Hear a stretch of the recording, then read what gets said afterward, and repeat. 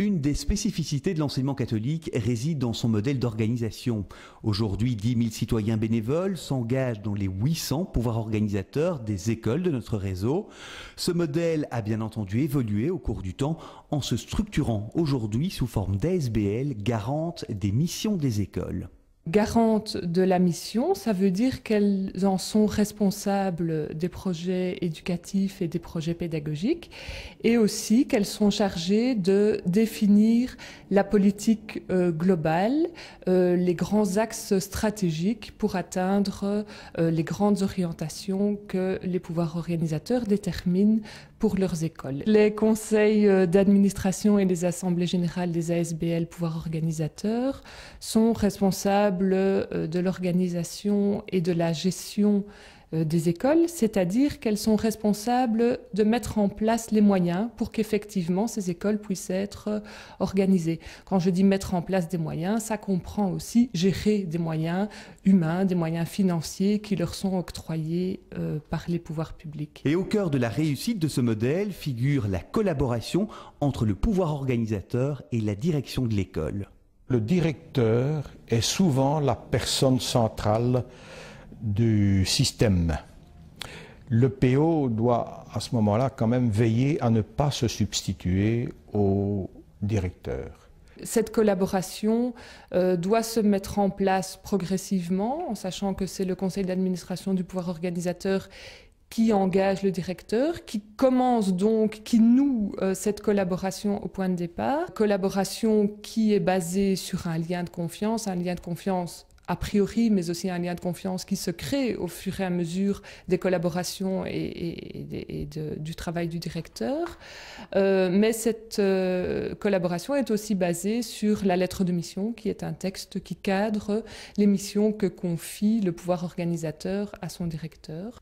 La lettre de mission, aujourd'hui généralisée, sert de base pour évaluer la collaboration et pour contrôler la mise en œuvre des orientations choisies pour l'établissement. On le voit, les principes d'organisation des PO se sont structurés au cours du temps, mais aujourd'hui encore, il s'agit de rencontrer d'autres évolutions de la société. Je dirais qu'à l'heure actuelle, les pouvoirs organisateurs sont confrontés à deux grands enjeux. Le premier enjeu est un enjeu de répondre à la complexification des modalités de gestion et d'organisation des écoles. D'une part, de par les prescrits légaux qui s'étoffent, de par les contraintes administratives qui s'alourdissent. Complexification aussi de par le contexte sociétal dans lequel nous vivons, le rapport à l'autorité, le rapport à l'institution qui évolue, qui change et auquel l'école, le pouvoir organisateur, la direction doivent faire face, l'école étant toujours une institution fonctionnant sur un mode collectif dans une société où les droits individuels ont plutôt tendance à primer. Un deuxième enjeu pour les pouvoirs organisateurs, c'est l'enjeu de pouvoir faire face aux évolutions des modes d'engagement associatif. Si autrefois, et cet autrefois n'est pas si lointain, on s'engageait plutôt par fidélité à l'institution, pour rendre service à l'institution, et on s'engageait sur du long terme, aujourd'hui le mode d'engagement a évolué.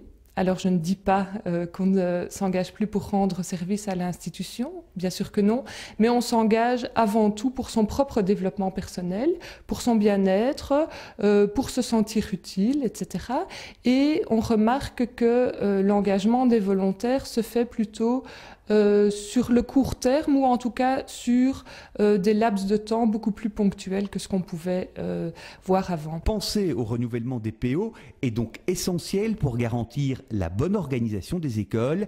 La mise en place de balises statutaires permet de clarifier des règles de gouvernance et d'organiser le renouvellement des instances. Par ailleurs, les PO réfléchissent et organisent de nouvelles manières de recruter, de mobiliser et de développer les compétences nécessaires. Nous constatons que les PO qui fonctionnent bien, ce sont souvent les gros PO, rassemblent diverses compétences dans le domaine juridique, dans le domaine économique, dans le domaine administratif. Ça n'est pas toujours facile de recruter des membres qui possèdent ces compétences. Faire appel à des services extérieurs comme ceux proposés par le CEGEC peut répondre à certains besoins, mais des collaborations ou des échanges de services se développent aussi entre pouvoirs organisateurs. Ces échanges peuvent se nouer à travers la participation de personnes dans plusieurs PO ou en créant d'autres structures.